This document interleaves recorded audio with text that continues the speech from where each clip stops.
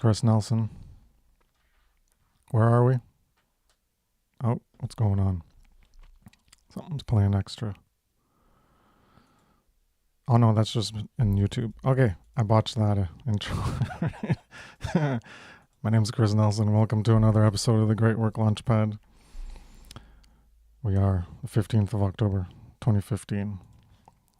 And we're going to be talking about shadow work again through the lens of the motivations of fear or love. And we already have a special guest. Brandon Spencer, welcome aboard.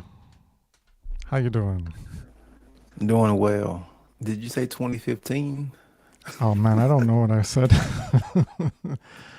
I heard my intro play again because I had YouTube open to do the sound thing, to do the chat thing with OBS anyways, with that plugin with Video Ninja. And then I heard it again and then it all like got me all confused. And I'm like, oh yeah, it's just that. And then I decided to say the date as the next thing to say. And then, well, I could have said 2015 because I saw the 1015. And then I guess I went with 2015 because 15 was in my head. Yeah. Well, anyways, how you doing? Hey, I'm managing. Managing? So, yep, managing. That's good. Gotta manage. So, yep. Hell, I'm here. Thanks for being here. So yeah, the Great Work Launchpad, for anyone tuning in, it's about getting people launched. Launch yourself. Light a fire under your ass and rock it up. And that fire can be anger, but it's got to be sustained as care, as the love, the truth, the love, the freedom. Well, that love part, as that true care, you got to really care about what's going on. You got to care about morality, care about objective morality, and that will fuel you to do the great work if you want to really be moral and if you want to end our collective enslavement. And that's what this is about. We're trying to get people activated, trying to get them to care, and provide an avenue. People can get started, get rid of the shyness, apprehensions they have, and come on and say a little word, talk about something, talk about the subject. If you want like help, I can give you some tips on how to get started, like I did last week with Fiona. So come join or message me, contact me, and I'll see what I can do to help you get started. Definitely these past 24, this one's the 25th one. Great Work Launchpad 25, Shadow Work 23, Fear or Love Part 8. These would be some good viewing to get you motivated, and certainly other people's work like Mark Passio's work. That'll sure help to light a fire under your tushy and get you caring more. So one thing I wanted to show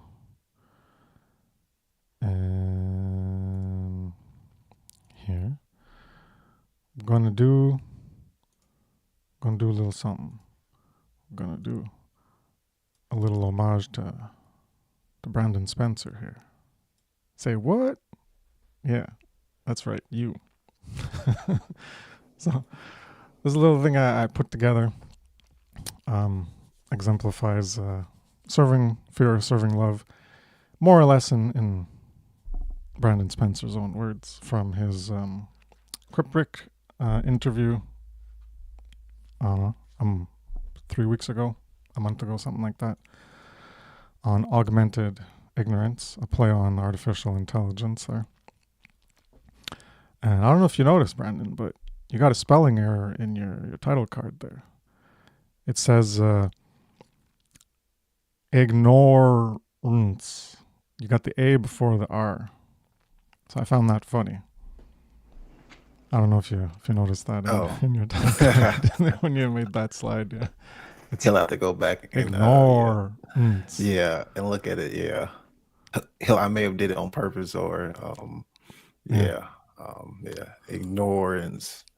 But yeah, So in that, we can always talk about these things and we use different words. So Brandon came up with the words relating to morality and the path we're going to choose. And, do you want to thrive or not thrive? You want to thrive, or you're going to have positive and favorable outcomes for yourselves and ideally for others. And you're going to have to choose beneficial behavior, to engage in beneficial behavior. And at the base, well, that's no harm is initiated. And that's serving love. And if you don't choose that pathway of serving love, well, then you end up in the not thriving category, where you have the negative, unfavorable outcome, detrimental behavior, and where harm is initiated. And that's serving fear. And that's at the base level. We talk about, and I've talked about in my morality presentation, that's the level 1 of a morality. And then the level 2 is where you're complicit in the immorality because you're not engaging in the work to end the immorality. You're not engaging in the work to end evil, which is what the great work is all about. So until you're doing that, unfortunately, you're still in this negative, serving the fear. This one is, I only did this today based on what I wrote down when I listened to it. I sketched a thing out on my paper like I usually do. And I was like, oh yeah, I'll add this at the beginning of the podcast. And I quickly did it earlier. So yeah, didn't make it all detailed, but yeah, it covers what Brandon was talking about. And you want to thrive or not thrive? And that's doing the great work and not doing the great work. Is either you're contributing to the effort to help us all thrive together, or else you're contributing to perpetuating the condition of not thriving. So that's what I wanted to show there at the beginning. creating the most optimal conditions. That's what an intelligent, species would want to do is create the most optimal conditions, not only for the, for themselves to thrive, but for for other individuals in that environment to thrive. Yeah. If you want to add more, go for it.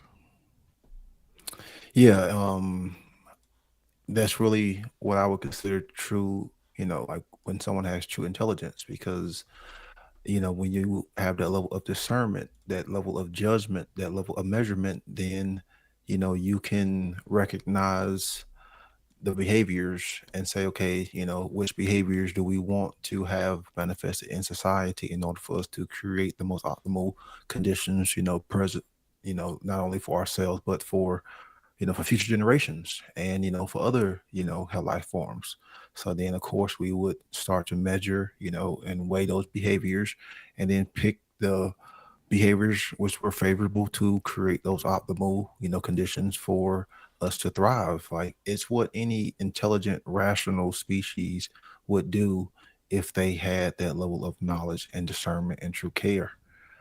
So like it's not a very hard thing to understand. You just talking about true intelligence, and that's what makes us, who we are. Is we have that capacity to understand these, like these deeper forms of causality, which create all forms of, kill effects. And then, that's why it comes down to understanding those conditions so we can pick the most favorable conditions, which will lead to more favorable behaviors and more favorable, actions for us to thrive, evolve, learn, and grow, not just as, individuals, but as holistic beings, a holistic species. What's going on, Jerry? How's it going? Hey, welcome aboard. And yeah, when you mentioned measure and weighing, I was like, yeah, Matt, right there. Because that's what she's about. You got those scales. What was that? Scales. Scales. There we go. Scales. Balance. Where you're weighing things. You're weighing the heart against the feather. That's a measurement. You're engaging in a form of measurement. That's what the symbolism, all this symbolism is getting at these understandings without explicitly saying the these understandings, these comprehensions. You don't understand it just by seeing the picture. You have to have the knowledge behind it to make sense of the symbolism. Because without, that's the keys. The symbolism by themselves are just symbols. And to people who don't know what they refer to, the knowledge and the understanding, then the symbols, they mean nothing to them. They just represent explicit representations of those things. Scale, stone, heart, feather. And it's like, okay, that's what you see. But someone who has the understanding of what they analogize and what they can reflect in terms of the symbolic, the way the symbol mirrors an understanding, and how that fluidity of language and how we can convey understanding through the power of the metaphor, simile, or analogy. One thing in comparison to another, a correspondence, how one thing corresponds to another. Then you can see the why behind why a particular symbol was used to express a certain understanding. And that's especially true when it comes to Ma'at, because you're like, okay, there's no scale here, and Ma'at's just got the wings. That symbolizes a bird in the sky and the air. Well, that's the one who's closest to the sun. The sun is what provides heat and what makes life possible. So the sun symbolizes life, and the sun also symbolizes, it's the light, and the light is the light of truth and knowledge of truth. So that's where the wings go, but you don't see the scale. Well, you do see the feather, and the feather relates to the scale, and that's why the symbolism of Ma'at is truth, justice, law, integrity, uprightness, correctness, righteousness, but also balance and measurement. And that's where that scale and that feather come in, because that's what happens in the duat, in the hall of judgment, where your heart, what led to your actions and deeds, your desires, your cares, what drove you. That's what we're talking about here. What's driving you without you even knowing what's driving you. We're talking about the force or the propensity or a principality, however you want to refer to it, within you that is motivating and driving your behaviors forward. What has been activated, what has been put there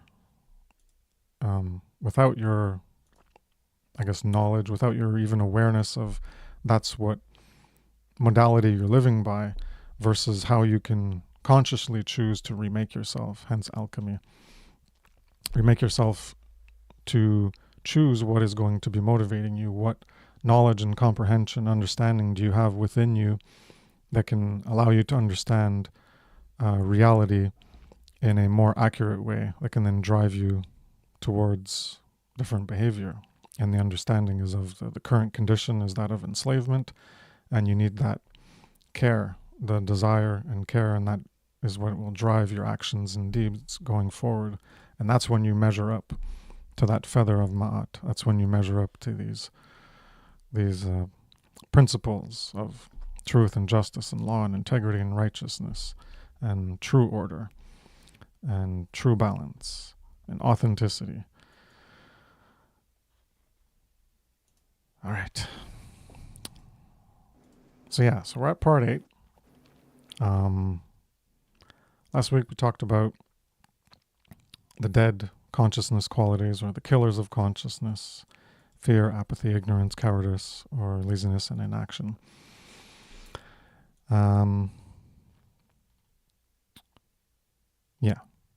So I won't go over that, only to mention it. We've talked about alchemical gold, this process of changing yourself, and hence you want to align yourself with thriving for yourself and others, or are you going to continue to be more in alignment with that negative, detrimental outcome of not thriving, which is what we have whenever you have degrees of enslavement as the collective condition. Well, you're not thriving because you're being inhibited. Your freedom and your free will is being inhibited because your free will is being violated. And so you're restricted from the full potentiality of what you can express through your behavior because you're being restricted from expressing that full potential and all the near limitless potential we have within us as human beings working together to create a better future for all of us.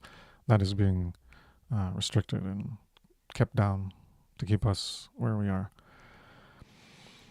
So when we're talking about this alchemical goal is to finally work on yourself to where you're activated and you're engaging in that effort to really try to get us to the point of thriving, to create a more moral world, to restore true freedom, because that is our default condition before anyone will engage in any act of theft of our property rights.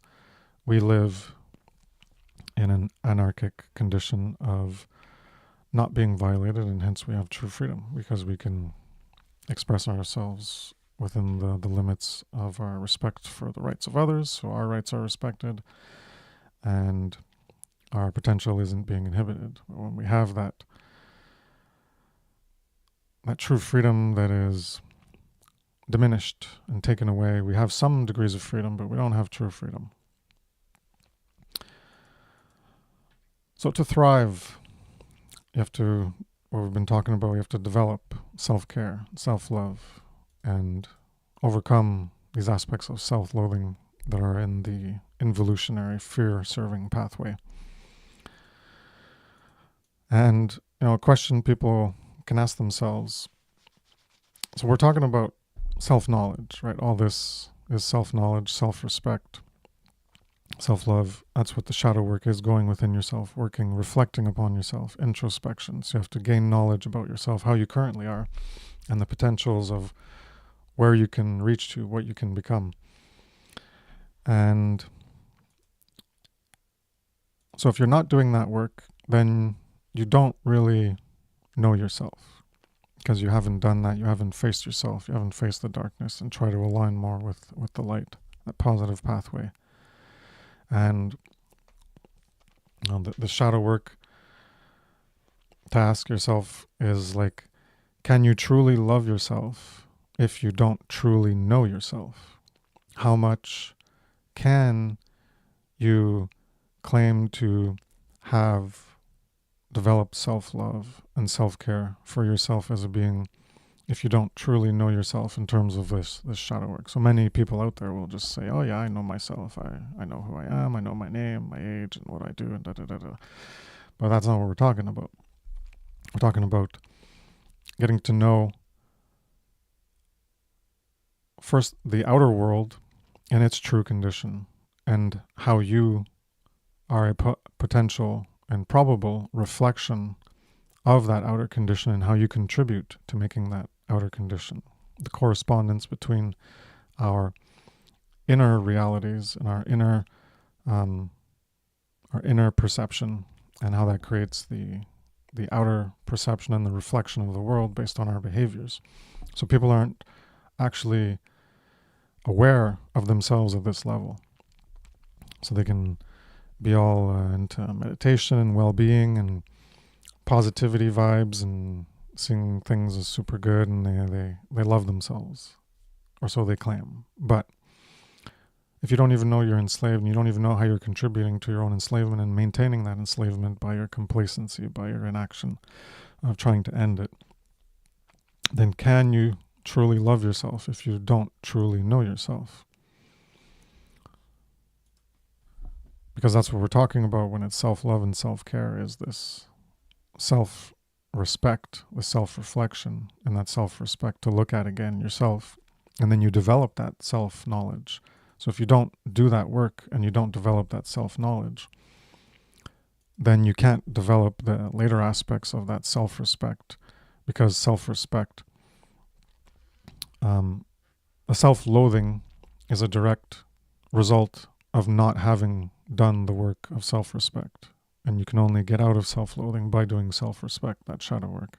So if you're not doing that self-respect, then you're still in self-loathing. So you can't truly love yourself because you don't truly know yourself. So the self-respect and the shadow work involve getting to know yourself more. That self knowledge, know thyself. That great scene with the oracle in the Matrix, temet nose in Greek, and that's know thyself. And that's an important part of the movie. Is Neo is trying to figure out, who he is. Is he the one? Oh no, you're not the one. Maybe in another life or something. I forget what she says exactly, but she's just messing with him because he has to figure it out for himself. Um, yeah, so if you think about, can you love someone in the philos or eros kind of way if you don't know anything about them? So this is trying to bring an analogy to help people understand, like, okay, well, that's too cryptic. What is this bullshit you're talking about?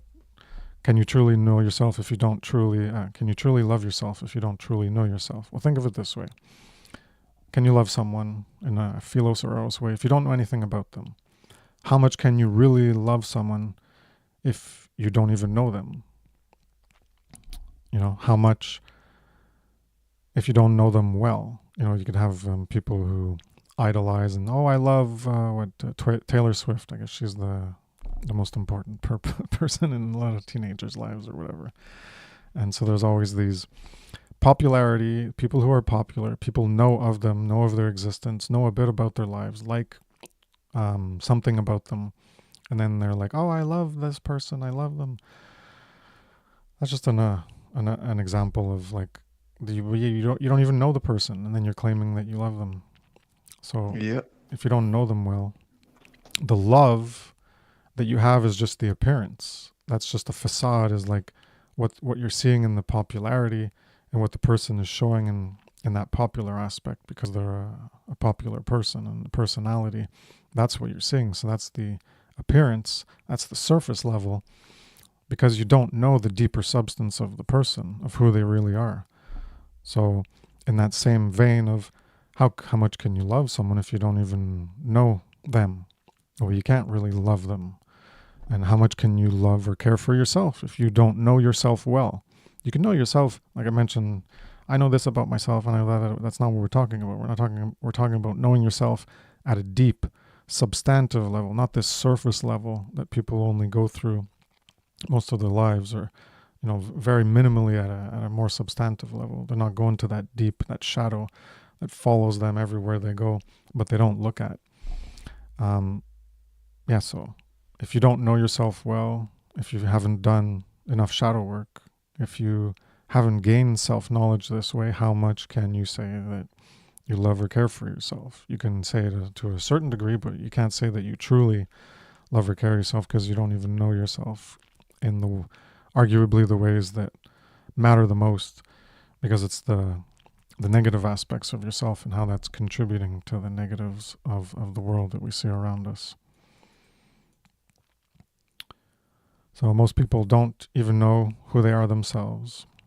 They can say they care and love themselves, but it's a surface level of appearance more than it is a deep, substantial love or care.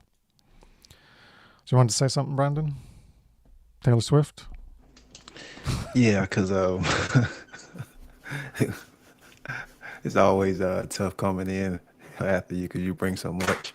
But earlier we talked about thriving, and I talked about creating the optimal conditions. Well, then of course that would involve knowledge, and therefore knowledge of self would be some of that knowledge in order to to create the more optimal conditions so that the individual can thrive. Because if you don't have that knowledge of self, if you don't know what drives you, what motivates you, what gives you her desires, what turns you on, what turns you off, those ticks have within you that can help set you off, or can help help piss you off, then how are you really going to be in a true state of like you said, of self-love? And then also too, how are you going to create any real change if you don't truly know who you are? So hell, again, we're getting back down to what we started off with, was the self knowledge aspect of it.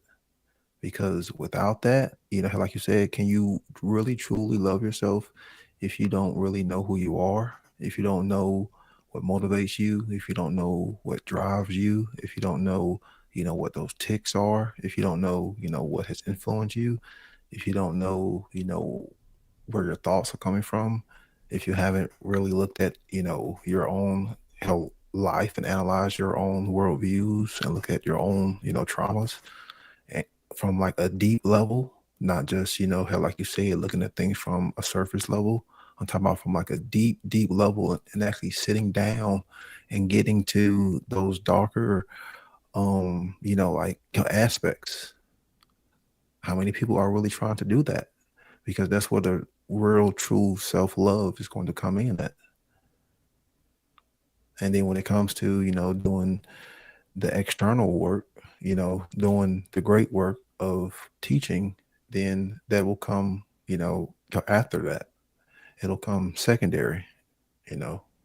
It'll come, it's almost like that that's the next thing, It's almost like how in the Matrix. You've already, have made that choice. Now you just have to understand the why, because, you already know what the choice is. It's like, well, I have to start, putting this information back out, like into the world, because that's the next reasonable, how logical, correct, how optimal thing to do.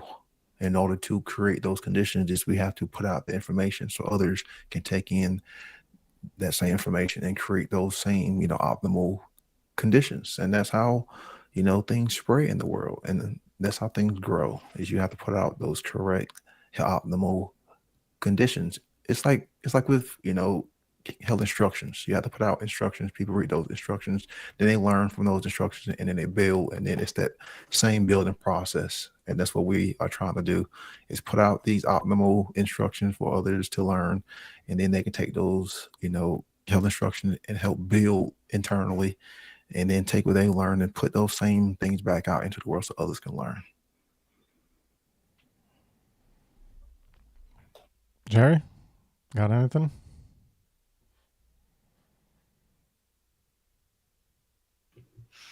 Yes. I see that Fiona didn't make it this week, but that's a side note. Yeah, Yeah, we got a just lot of fans disappointed there in chat, I guess. They all came for Fiona and she's not here. well, it isn't her show, but she is a cool person. Regardless, I think the topic is objective morality, and when you balance out the heart and the feather, you have to strike the balance, not be too much of this world, not be too much of the spiritual realm, but maintain that balance.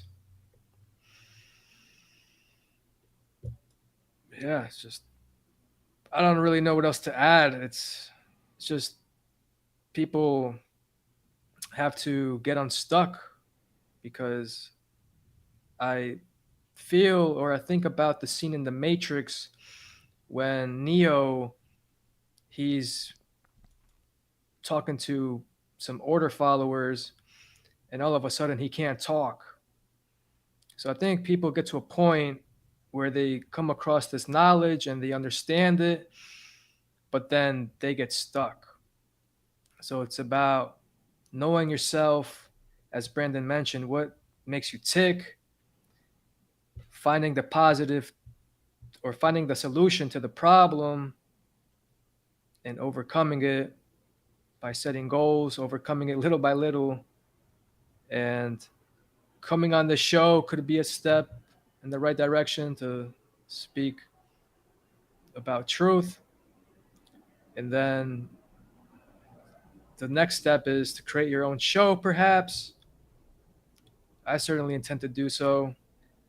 I want to teach objective morality as you do, Chris, kind of step by step in a step by step progression. So there's no wiggle room for error or misunderstandings.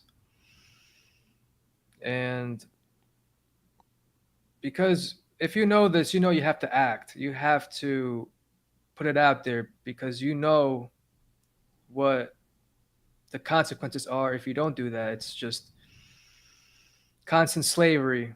And so that's what this is about. And I'll leave it there. Yeah. What we have is comfortable slavery. At least where, I guess, in the parts of the world that we're in. Other parts of the world, it's a different story. It can be pretty hellish. Their level of enslavement is much higher than ours. So, in our part of the world, you can understand why it doesn't change, because people are more comfortable with the way things are. So they don't really want it to change because it's just, the comfort. We've talked about it before. And it's just, the COVID scamdemic, that just exemplified it. Because as soon as that comfort level got notched away, got hacked away a little bit, that's when people started being like, hey, I'm not comfortable anymore. What? Oh, I'm starting to pay attention? Oh, now I'm going to give a shit. Now I'm going to care. Well, geez, I better get off my ass and now that's my freedom, my truth and my survival and my comfort. Well, geez, get the hell out of here. What do you think you're doing, government? Brr, brr, brr, brr, brr, brr. And then they were all mad about it. And then government's like, you're a grandma killer, and rah, rah, rah. And then eventually they calmed down and took away their mandates. And then everyone's like, all right, that's more like it. I showed you who's boss, damn government. That's right, we're the people. We're the ones making the decisions around here. Mofos. And then back to sleep. Back to not caring, because now they got their comfort back, and, it's all good. So, in that sense, people love their enslavement. They don't know it's enslavement, but they love it because they love the condition. Daddy came home. Your daddy came home. Yeah, Trump came home. Your daddy came home. I was like, what the hell is he talking about? Yeah. Yes. Yeah, Trump came home. Yeah, so they can go back to sleep now. This is Jesus. Jesus came back. He's resurrected. Yeah. He's going to save everybody. You don't have to do anything. Yeah. Yeah. Goddamn. Crazy world. Hey, Theo, how's it going? Hey guys, what's up? Can you hear me? Yeah. Yeah. Hey, what's up, Theo? Yo, yeah, good to see you guys. It's been a while since I've been on this show, but good to be back, I suppose. Yeah, fear versus love. Damn, already 8 parts. That's pretty insane. Pretty insane, man. Like, I was gonna say insane and infinity that it's 8. Like maybe that's gonna be the last one. So it's great that I joined. But not the last one. Okay, shit. Then. All right, we're gonna keep going with that one topic. I love it. So yeah, let's see if I can, give my own input to and output my input to you guys on this topic. So fear versus love. If I can do that, by the way, it's your show. I don't know if you're gonna let me do that. So yeah. If am you I got good? something to say about the topic, go for it. Yeah, because I never talked about it yet. So yeah, let me try. So. Yeah, obviously that's a huge one. So I can understand why it's the topic with the most parts so far. I think it is the most essential concept to grasp and work on, like, internally, for anyone who's not only trying to do the great work, but trying to better themselves in any way, and like get themselves out of the matrix in any way. You cannot. I think the matrix is basically based on fear. I think that's like the fuel that keeps people running the matrix is fear, and love is, I think, the fuel of freedom. I think that's one metaphor you could see it like. And yeah, as long as you got fear, any kind of fears in you, you're gonna keep participating in the matrix enslavement system, in some ways. Even like some people think they're already doing the great work because they're making videos like Mark Passio-esque videos or whatever, but they still got some fears in them that they're not willing to work on and, like alchemize towards, more love-based actions and behaviors and all that. So they're gonna remain stuck, and they're not gonna really help towards the freedom of humanity. So I'm sure maybe this kind of thing has already been spoken upon when there's already 8 parts, but I'm just trying to find, because I watched most of the parts, and great videos, by the way. But I'm just trying to think about something more original I can say on this also. I suppose one way, again, you're gonna actually alchemize all those fears towards love is not only doing eternal work, but you're not actually gonna be able to do any eternal work until you at least give yourself enough time to do the eternal work. And many people are still stuck in like day jobs and working for government stuff, matrix stuff, companies, whatever it is. It's all the same shit, basically. It's all the system. So you gotta detach yourself from the system. And I think one simple way people can do it is you're just gonna be unemployed, and there's many ways to exploit the system against it. So you can already have this freedom of time, like that's the, time is of the essence. If you ain't got time to do inner work, then how you gonna make any progress, right? So there's so many legal loopholes and so many exploits that are out there that are, possible for you to do to, at least escape the metrics in terms of like your fucking actual enslavement, like, for, again, people doing day jobs and all that. Like I would recommend you to look into unemployment, disability, all those things, so you can let the government work for you, like exploit them. And like people say, oh, if everyone would do that, we would not have government. Exactly. Let's exploit them until they fucking fall down. You know what I'm saying? Like that's exactly what I'm suggesting here. Let's fuck him up. All right, let's literally fuck him and leave him. Well, I have objections to that because you're not really fucking the government. The government's taken from people, and then you're taken from those people. That's what you're doing. It's just like being an employee of the government.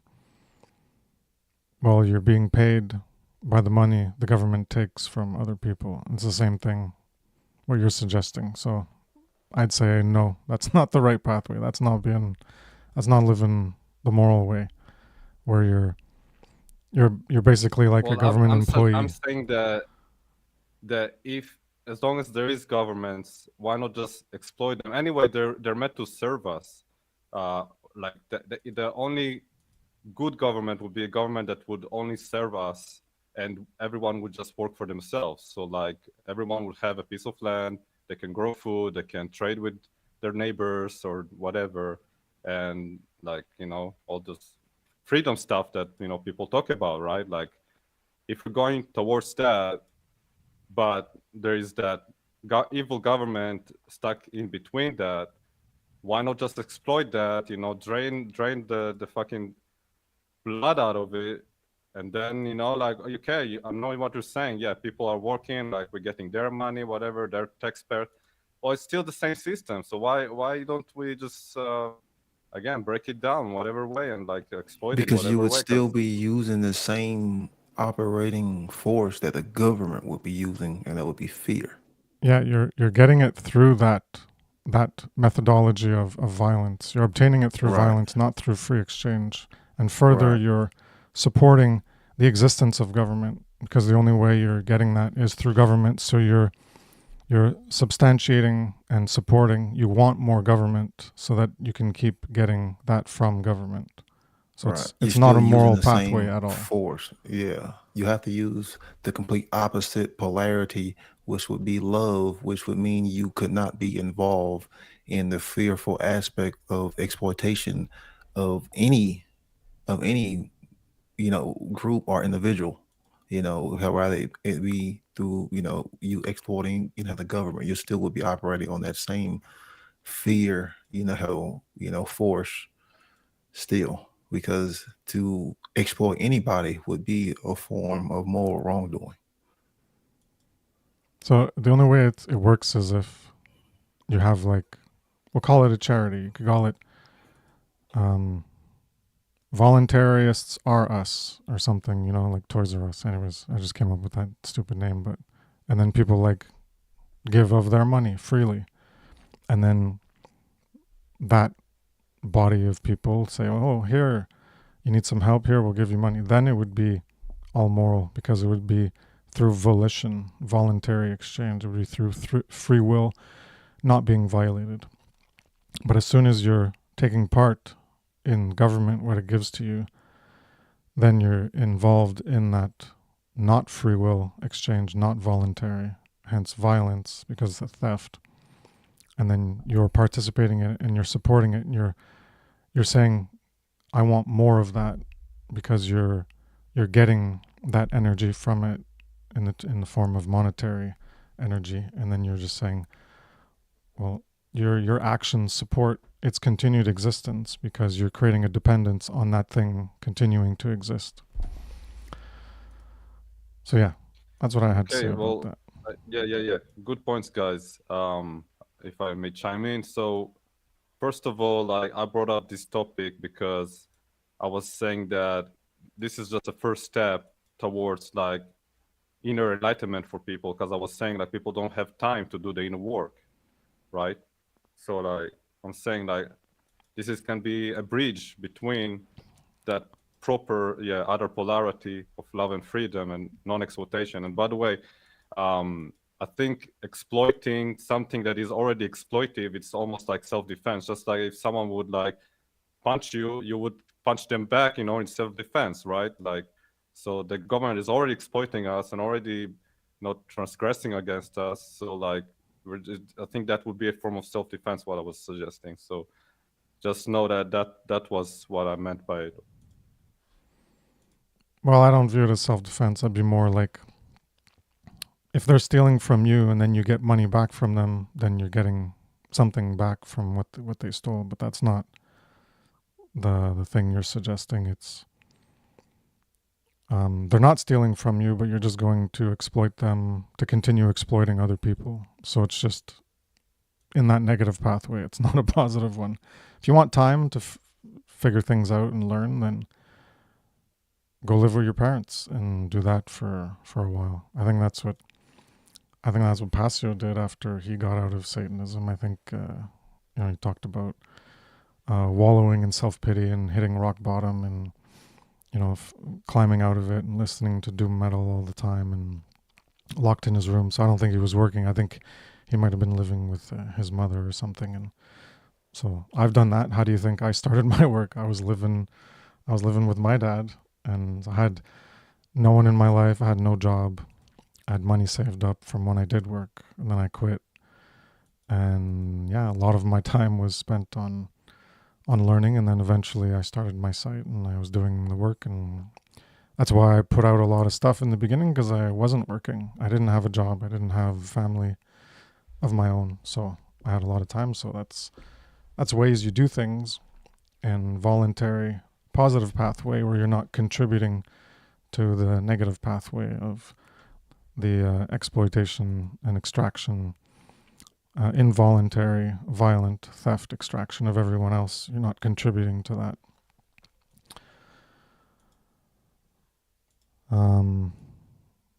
So I'll continue. Can I make go a for it. quick point real quick? Yeah. Is the only form of good government that can work is internal government.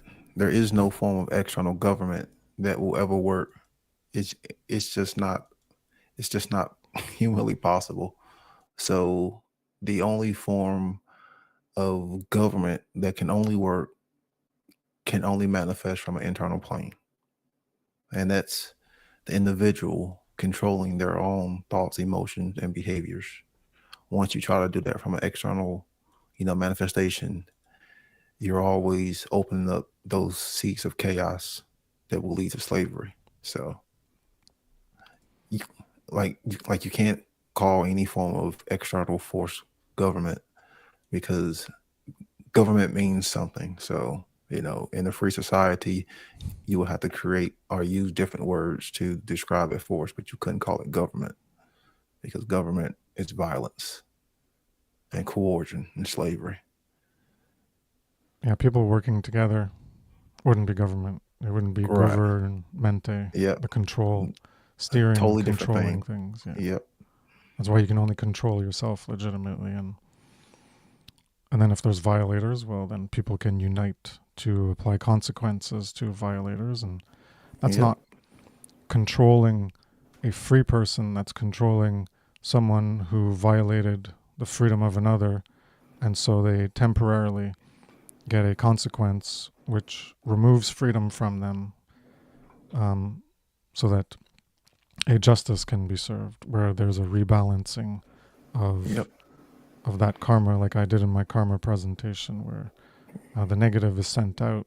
If they don't have some repercussions, some redressing of the wrongs, then it just opens an invitation for them to keep doing it over and over and over, and it doesn't stop. And that's why we have the world we have, because we're not Yep. morally united, and we're not applying consequences to others. So we have this continual, the karma stays at our feet being violated, and we're not sending back the negative back to them to get them to stop. So they just keep doing it and doing it. Yeah, so what we were talking about was people don't know who they are, not truly at a deep enough level. So they can't truly, at a deep enough level, love themselves or care for themselves.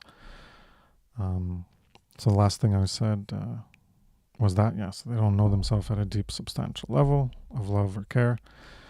And so you have to know what you're doing, which is a reflection of your current state of being. So your current state of being, how you are presently in your internal capacities, that will be reflected outwards as what you are doing. So you have to know what you're doing, and that's a reflection of your current state of being. So what are you doing? So most people don't even reflect on this, observe it, because they don't even understand.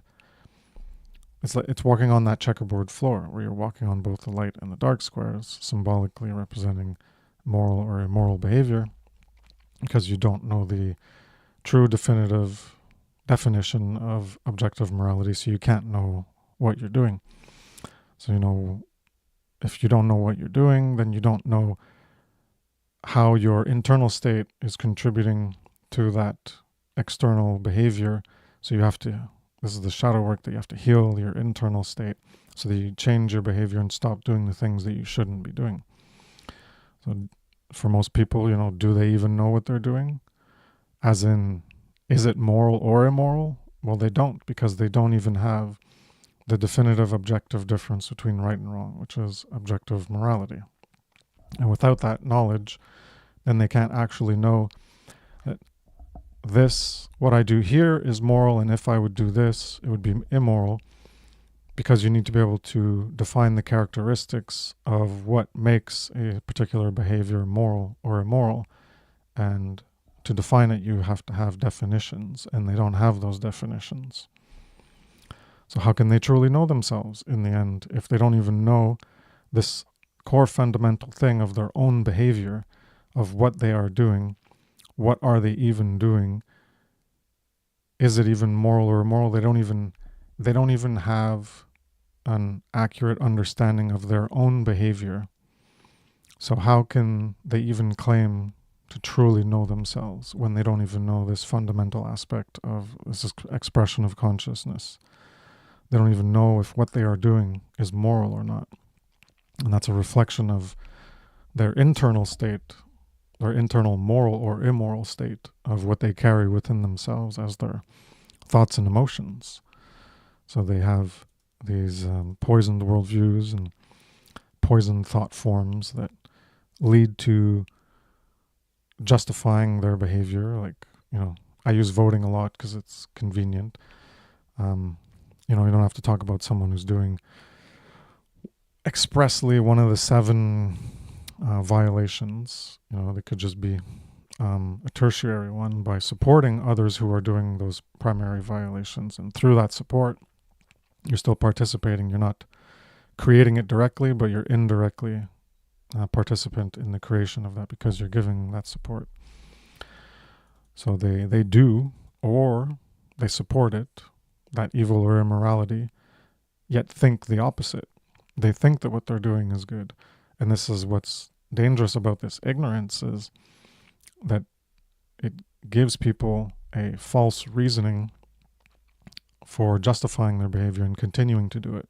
And how many people could you argue about the immorality of voting, and they would be so adamantly against it because they're so convinced that what they're doing is the right thing, and it's a good thing, and it's necessary, and it's doing so much good, and it's impossible for it to be doing any wrong. So, this is one of the major ways that people don't even know themselves, so they can't truly love themselves, let alone the fact that they advocate and support for their own enslavement and the enslavement of others. So certainly they don't love themselves if they're like totally okay with their own enslavement, even if they don't even know it. And that's the that ancient Commission proverb of I think it just stated ignorance is evil, and it was Socrates or Aristotle who said something similar. The only good is knowledge, and the only evil is ignorance, something like that. Well, that's what, you could hear those, as we're talking about those few words. If someone hears it, just like that, it'd be like, well, that's bullshit. And it is bullshit if you just hear it like that, because it's not just like, okay, I'm ignorant of what someone did over here yesterday, or what they ate for lunch, or who won what game and what sport. Like, okay, well, ignorance isn't evil. No, but it's the type of ignorance. It's specifically, is why the importance of words and these proverbs and these truisms, why I have issues with them. It's like, knowing and not doing is not knowing.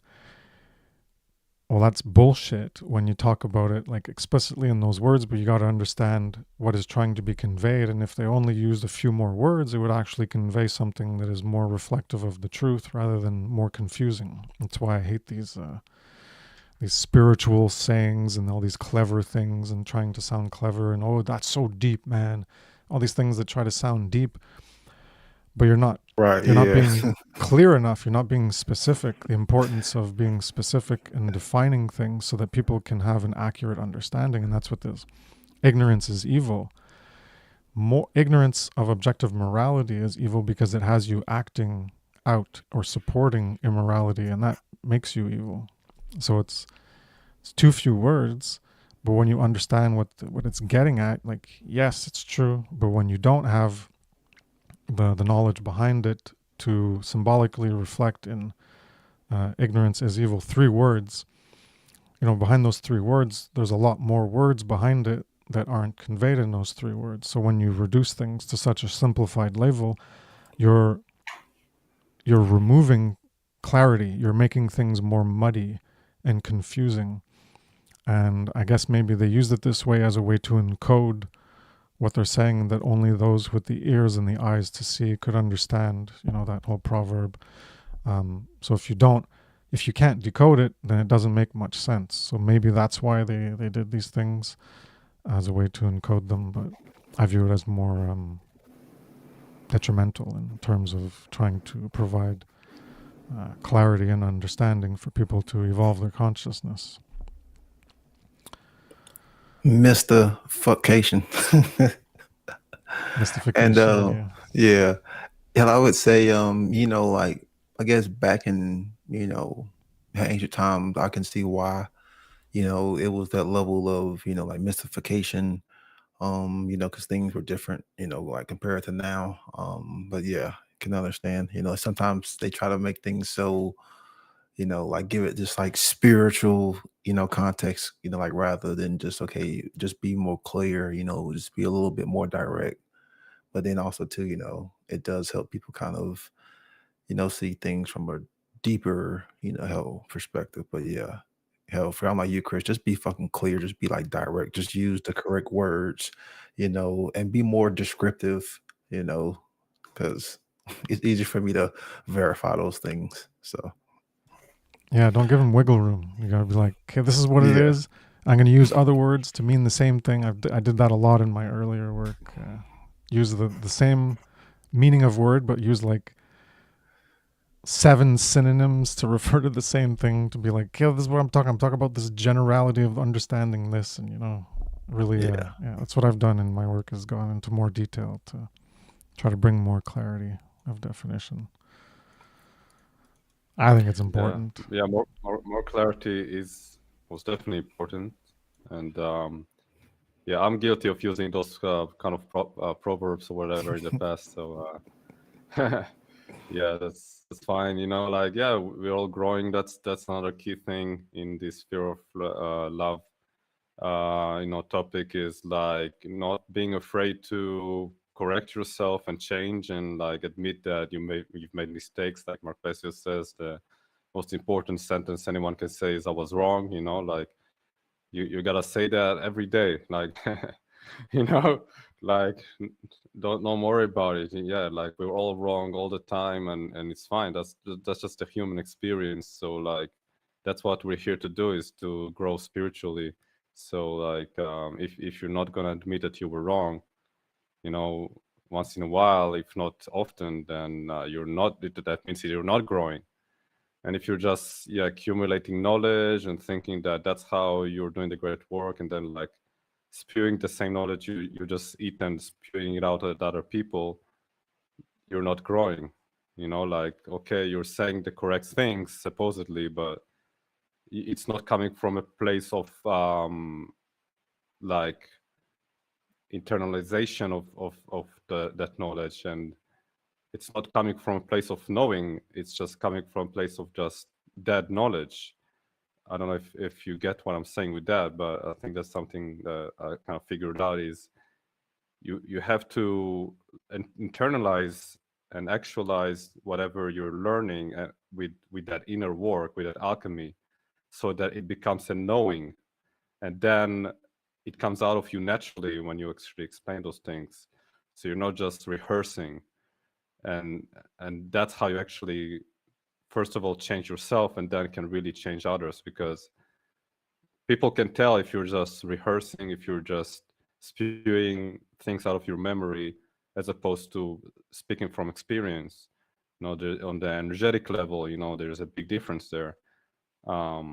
So that's just one point I wanted to bring. I'm sure that's a unique one. So there you go, guys. And what else? I think, yeah, again, clarity is very important. So again, let's continue with that, because yeah, I think it's, those proverbs, what's good about them is they're catchy, right? So like, once you like hear them, they're easy to remember, and they're easy to repeat and all that, but you gotta also know how to break them down properly and clarify on them and all that. So yeah.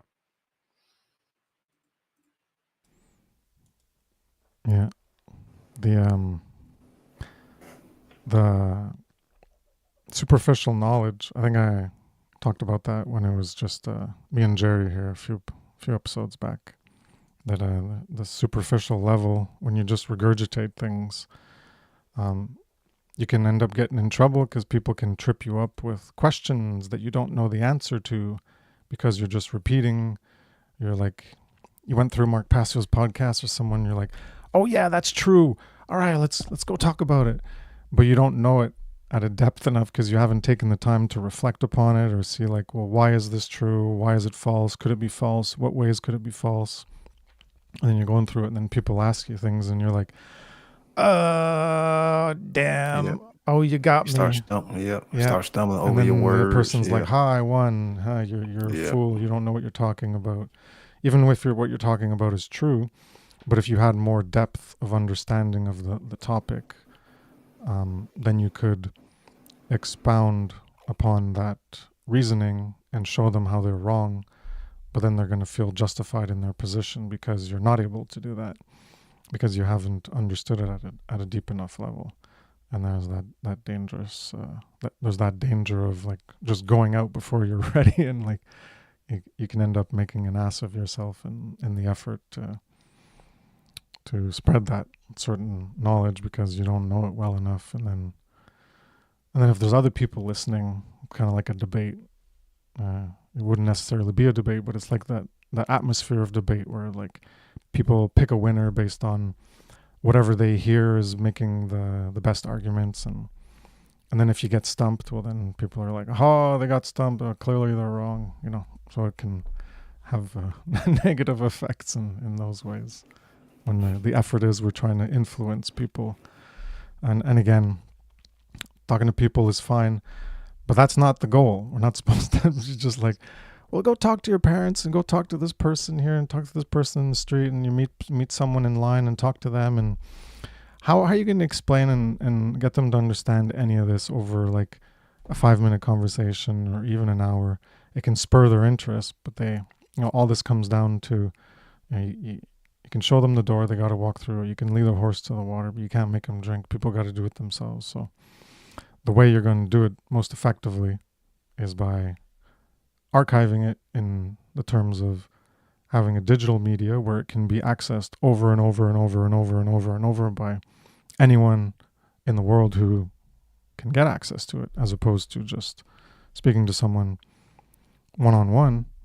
Pasio with his mother, 20 years to finally get her to wake up, and that's like hundreds of hours, if not thousands. I don't know how much, but we can't be doing that to every single person to try to wake them up. It's like arguing with a wall in some ways. So you got to put it out, and whoever's on the path, we could say, and comes across it, it can greatly benefit them. But if you're going to be spending your time where you could explain something to an hour, trying to explain it to a brick wall and arguing with them, you're going to come out with like an hour of your time being less productive and less useful and more wasted than taking that hour and creating the content to explain things where more people can get access to it and appreciate it. And you could even have those bricks in the wall who could come across it and be like, wow, and it doesn't do anything for them. But at least you didn't spend that hour of your life arguing with a wall. They just came across it themselves. The wall just happened to come across it, and then other people will come across it, and it'll greatly benefit them. And that force amplification will be much greater when you're creating this content. It could be whatever form, writing of various kinds, video, audio of various kinds, music, whatever. But people can come across it, and it has that one-to-many, like a database relation, instead of one-to-one relationship. Well, it's a one-to-many, and it's much more powerful. We'll wrap it up there if anyone's got anything to say, and we'll continue next time with Fear or Love 9. So if anyone has anything to say in closing, go for it. In closing, the one thing that's been on my mind this whole time is measurement. Because without measurement, where is man? And, of course, when we're talking about, measurement, we're talking about judgment. We're talking about, how discernment. And man is always, measuring things. But when it comes to, moral behaviors, if we have bad measurements and, when it comes to cutting things, when it comes to building things, and when it comes to, fitting things back into, her reality, our pieces aren't going to, fit. They're not going to measure up. They're not going to make weight. Because when you have bad measurements and when it comes to building things, it doesn't really go too well because, bad measurements just going to, he'll equate to incorrect, actions. And it doesn't matter what you're measuring, it doesn't matter like what you are trying to build. If you have bad measurements, your output is going to be crap. It's going to be shit. So when it comes to, how moral behaviors, are we getting, those right pieces that are fitting, back into, how society? And are we seeing, these pieces, spring out, more thriving, more effective, more states of being? So, hell again, moral behavior is the true ruler. That is how we should be measuring and, how using, how discernment and free will choice. Without that moral, how measurement, without that moral, how discernment, there's nothing left. So again, what are we measuring, and are we using the correct discernment to get the fitting pieces in reality?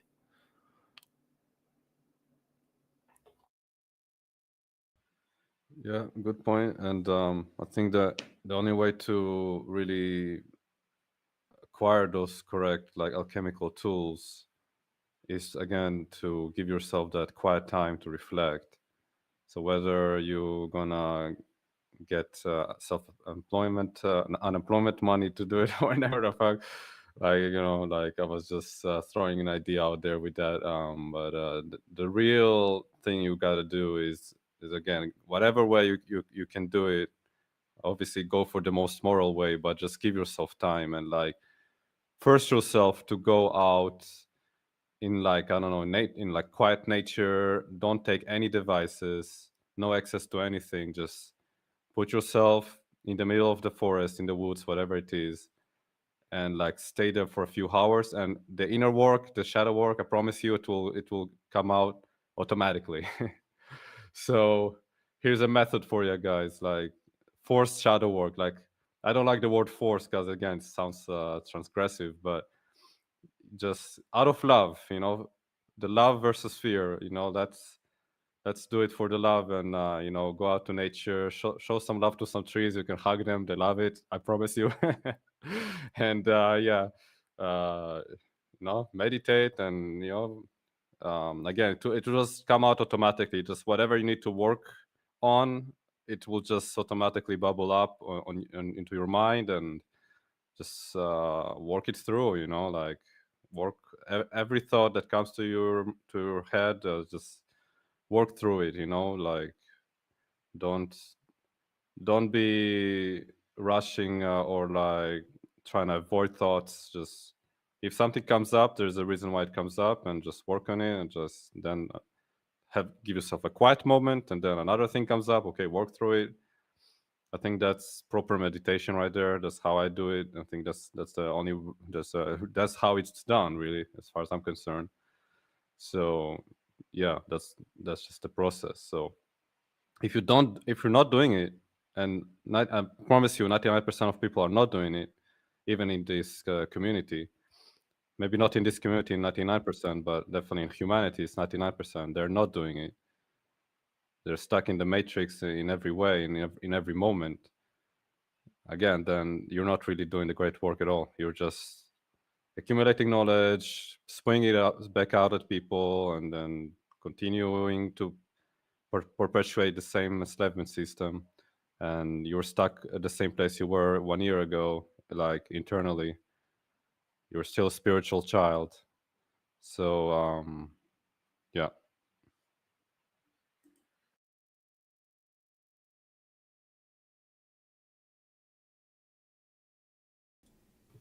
Okay, I can go real quick.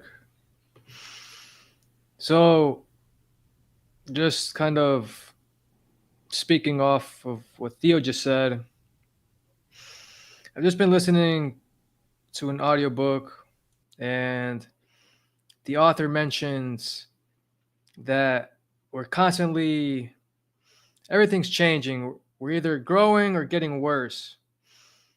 So that made me think, are you growing in love, or are you succumbing to fear? And just gonna read a couple notes, but also what Brandon said made me think of cause and effect, how some people, they don't observe the results of their actions, and then they sort of leave it at that, and they just do whatever they want and without knowing objective morality, and that just causes slavery. I'll run through my notes really quick. So I wrote here, poison worldview. Let's heal that. This takes work, so get used to it. Stop being a victim.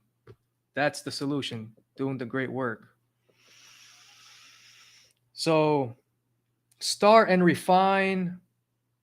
I wrote this because, as you mentioned, Chris, with these sayings that they're not very explicit, but at least it's a start, and someone like you can point it out and say that needs more clarity. So I love that.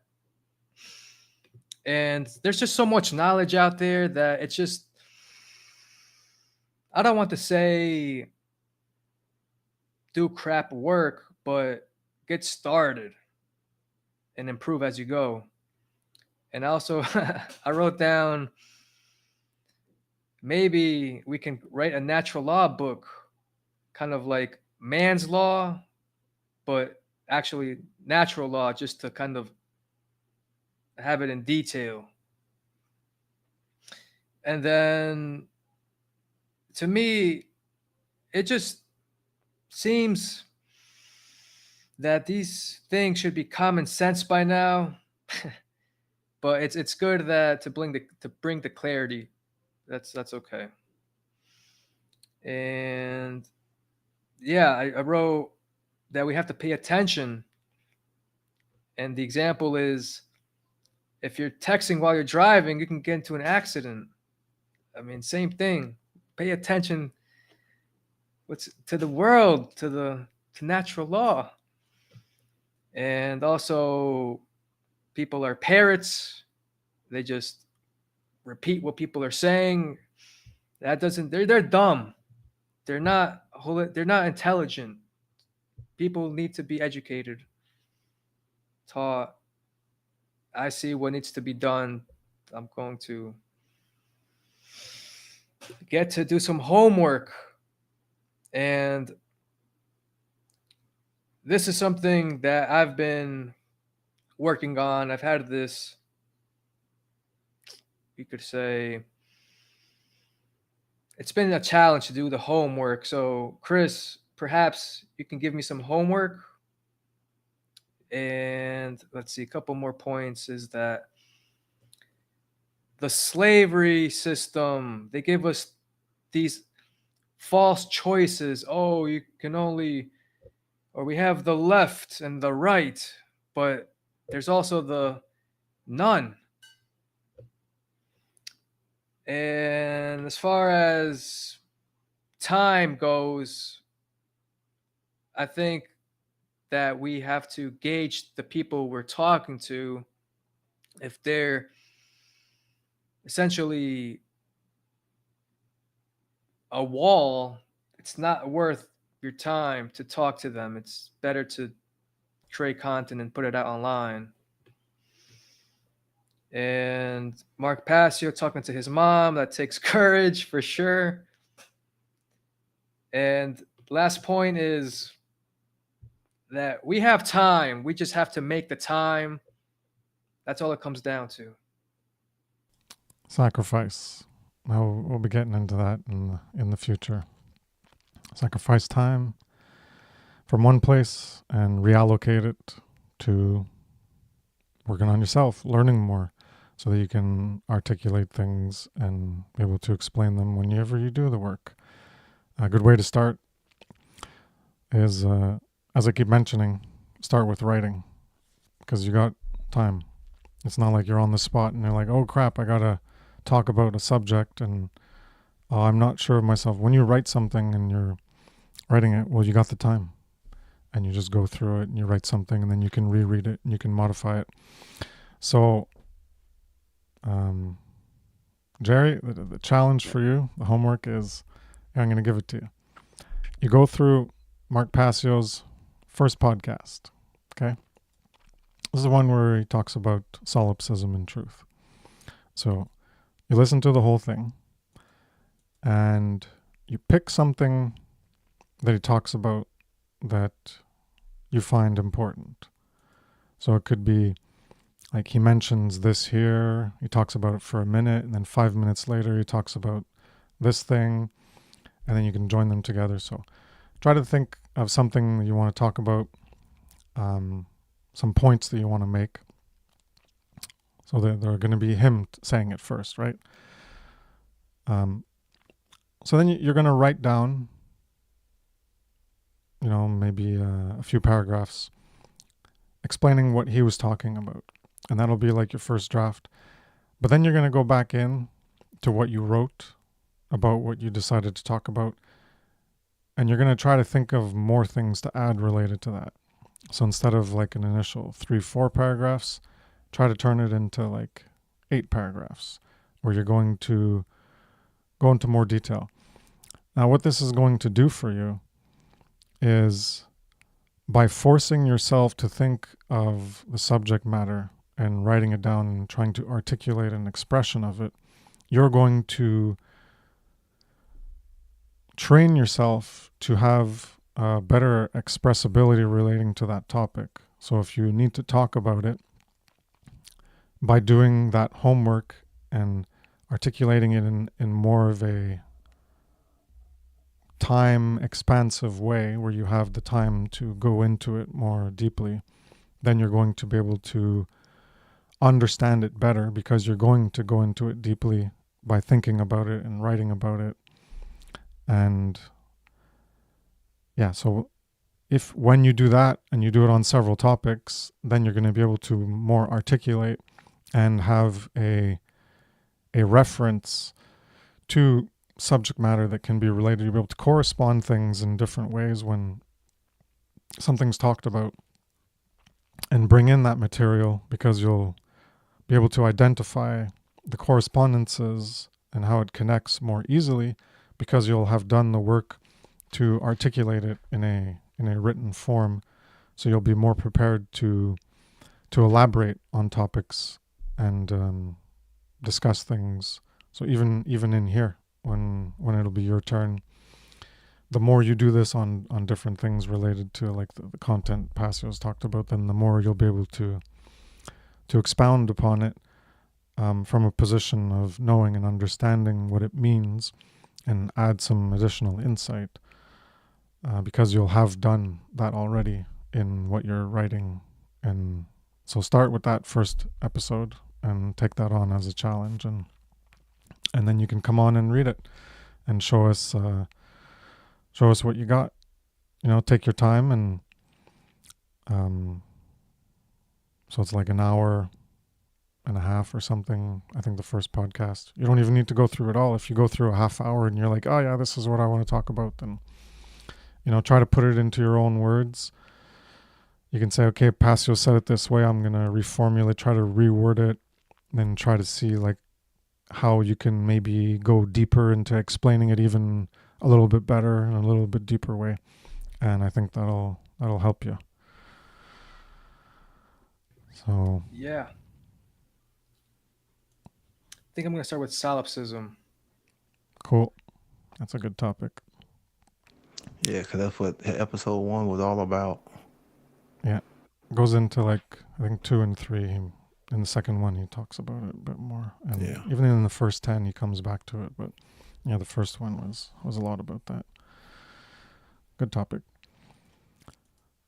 So in closing, Yeah, that's a good exercise to do, and make sure you kind of do it. I just want to say, because you mentioned sacrifice, Chris, in regards to time and all that. I think like the real sacrifice, or at least in a negative way, I think about it in a negative way, is when you're doing anything that is relating to the matrix system, whatever, like that's a real negative sacrifice of your time.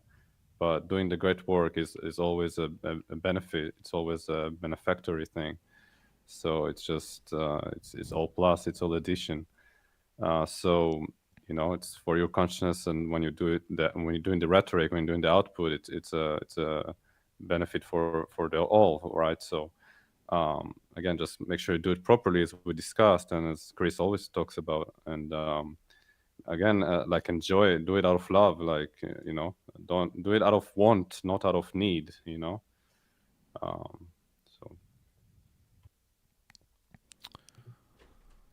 Cool. So in closing, we'll end the stream with these wise words of Mark Passio to light a fire under your ass and kick yourself into gear. Here, have a listen to this.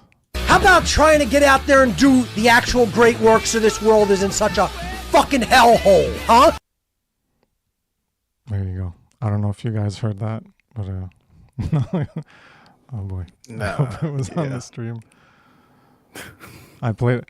Yeah, I think. Let me know if you can hear this. Okay, yeah, it's on the stream, but you guys can't. How about trying to get out there and do the actual great work so this world isn't such a fucking hellhole, huh? How about you get out there and do the great work so this world isn't such a fucking hellhole? That's the clip. Go listen to it on YouTube. It's great. Too bad you guys can't hear it. I'll try to figure out a way to get that to work in the Video Ninja thing, and you guys can hear the audio. I found that it was a great way to end the podcast. Yeah, You guys will I'll recognize go check it out. Yeah. Cool. So that's it for today. See you next week. Same bat time, same bat channel. Wednesday, 9 p.m. Eastern Standard Time. Come back and get motivated to do the great work. Take care, everybody. Peace.